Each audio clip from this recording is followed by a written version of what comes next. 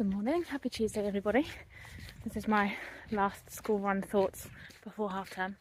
I will still come on and do a little chat, but today I want to talk about last night.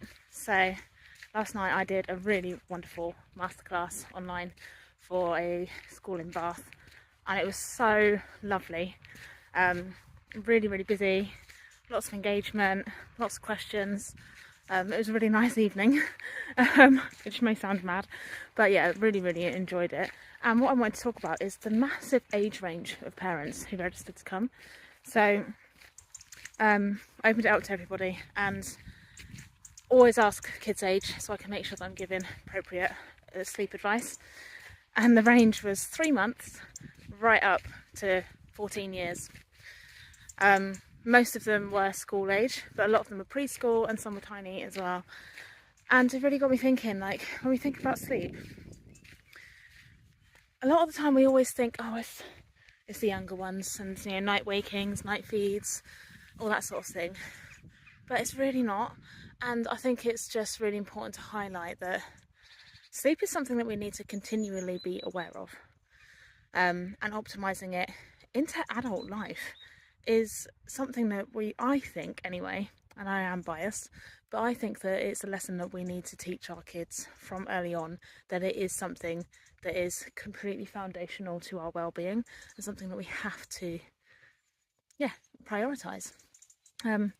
Obviously complications with sleep change as ages change, and yes, with younger ones it is more about, you know, learning that ability to be able to get themselves to sleep, knowing that you're there, you know, moving away from night feeds and when it's age appropriate and all of those sort of standard things that when you think about sort of sleep coaching, you think, oh, sleep training babies. Then it massively changes to when they're toddlers, maybe going into their big beds and pushing the boundaries, which I think is really important. It happens to everybody. But it's where things start taking a shift and almost become, when you start sort of seeing like bedtime battles and things like that, and knowing how to manage that is very different to when you think about managing a 5-month-old, for example's sleep. Very different. And then again, it goes through a massive change again when little ones go to school and other things start impacting on their sleep, like wanting late nights, but also things like any worries, any anxieties, nightmares, which a lot of the parents who came to the masterclass last night were dealing with that. And, you know, the fact that it takes their kids like sometimes up to 3 hours to fall asleep at night and things like that. And that takes a very different approach as well, and a very different sort of understanding about what it is that our kids need from us and what our response needs to be. But I think that's the important thing I want to talk about today, is that if your child, no matter what their age, is struggling with their sleep at any point, that is what they need from you. They need a response.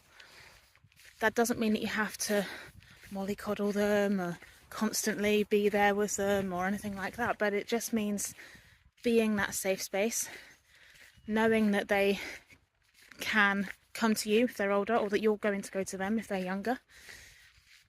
That creates that sense of safety and calm, which is ultimately what our kids need to be able to settle to sleep without crashing out and get deeper quality sleep with less disturbances, less night wakings.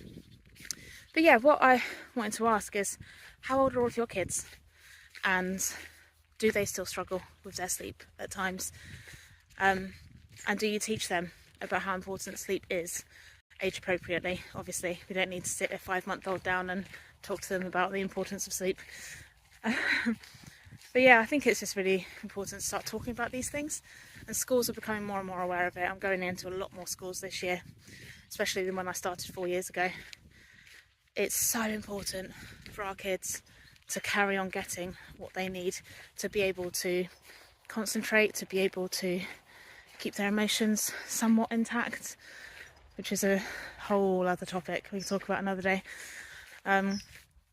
And for their brain development, for their concentration, for friendships, for health, for their immune systems, for absolutely everything. It's so important to carry on focusing on it. So yeah, let me know, how old are your kids and are you struggling with their sleep at all, because there is no one size fits all and sleep is ever changing. So if you've got any questions, starting off with knowing their age is always a good place for us to understand what could be going on and how we can support you.